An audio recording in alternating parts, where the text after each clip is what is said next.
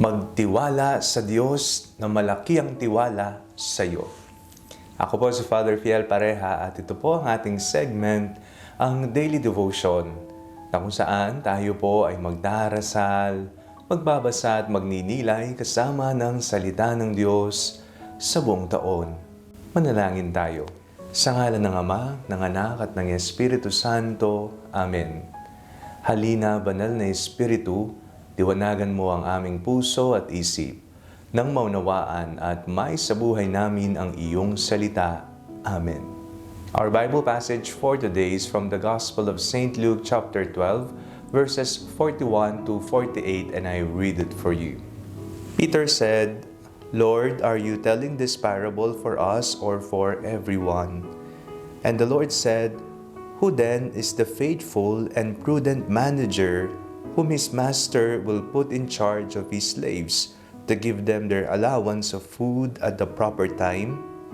Blessed is the slave whom his master will find at work when he arrives. Truly I tell you, he will put that one in charge of all his possessions.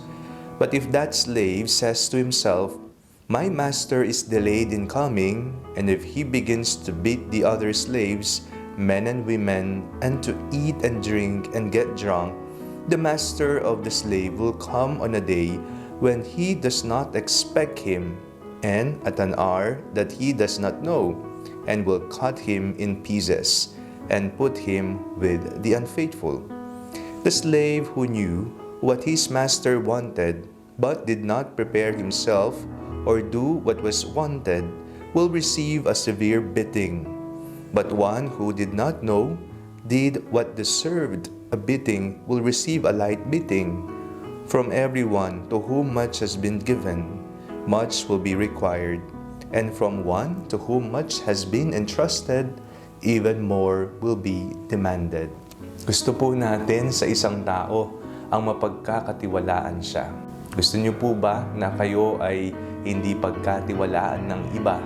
O kaya naman sa mga kaibigan na pinagkatiwalaan mo ng iyong mga sekreto, ng mga storya mo tungkol sa buhay, ay bigla na lamang isang araw ipagkalat ang pinagkasunduan ninyong lihim. Ano pong mararamdaman ninyo? Pagtataksil, pagtatraidor, hindi pagtupad sa usapan. Napakahalaga po ng tiwala. Sa panahon ngayon, tila ba napakahirap makahanap ng tao na mapagkakatiwalaan.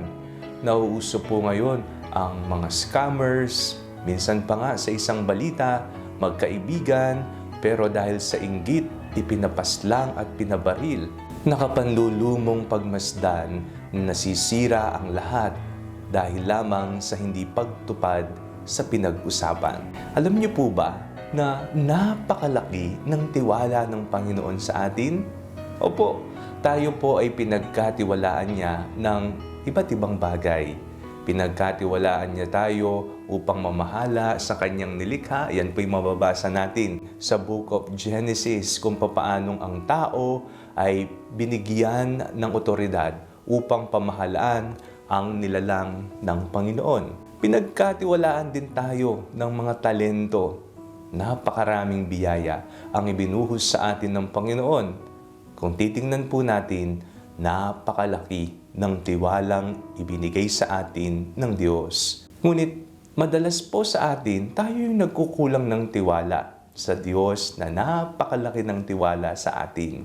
Nawawalan ng pananampalataya, nawawalan ng gana, hindi sumusunod sa mga utos ng Panginoon, hindi gumagawa ng tama, kagaya ng kanyang ipinag-uutos sa atin, nawawalan ng tiwala. Ang ating binasang ebanghelyo sa araw na ito ay isa pong paalala sa ating lahat na tagasunod ni Kristo. Binanggit po dito, "Blessed is the slave whom his master will find at work when he arrives." Napakapalad ng alipin o sa ating sitwasyon, napakapalad ng anak ng Diyos na nakikita ng Panginoon at madatnan niya na nagtatrabaho at hindi napapagod, hindi nawawalan ng tiwala at siya'y mapagkakatiwalaan sa lahat ng bagay na iniatang sa Kanya. Dagdag pa ng ating binasang ebanghelyo, "From everyone to whom much has been given,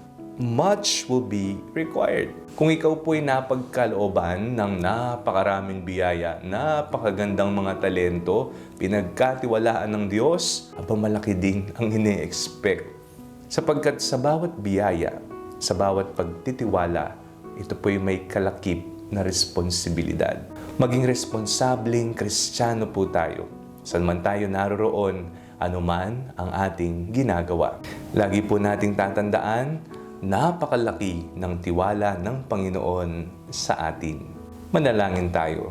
Panginoong Hesukristo, palagi niyo pong ipaalala sa amin na malaki po ang inyong tiwala sa amin. Nawa magampanan namin ang aming mga responsibilidad ng naayon sa iyong banal na kautusan at kalooban. Amen. Sa ngalan ng Ama, ng Anak at ng Espiritu Santo. Amen. Huwag po ninyong kalimutang i-like ang video ito, mag-comment po kayo and share it with your family and friends. Ang Panalangin Bago Matulog ay may sariling Facebook page na po. Huwag niyo pong kakalimutang mag-like at mag-follow dito, and do not forget to subscribe to our YouTube channel. I-click niyo lamang po ang link na nasa description ng video ito, o kaya naman po just search Father Fiel Pareha. God bless you po.